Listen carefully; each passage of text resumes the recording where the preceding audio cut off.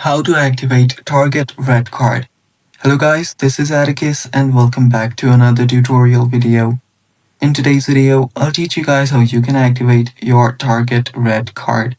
So before we begin, if you're new to our channel, head down below and hit the subscribe button so you don't miss out on our future videos. Also, press the bell icon so you get notified when we release our new videos. Now let's begin. First step is open up your web browser and simply search for your Target REDcard.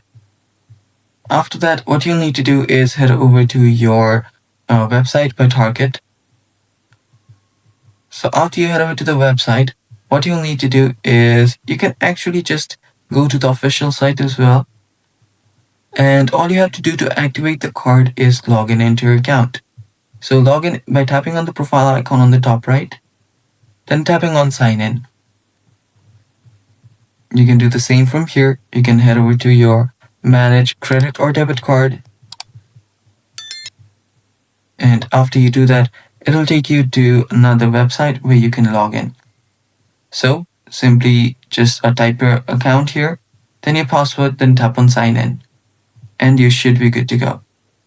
And that's how you do it. Thanks for watching. Stay tuned for more upcoming videos and bye-bye.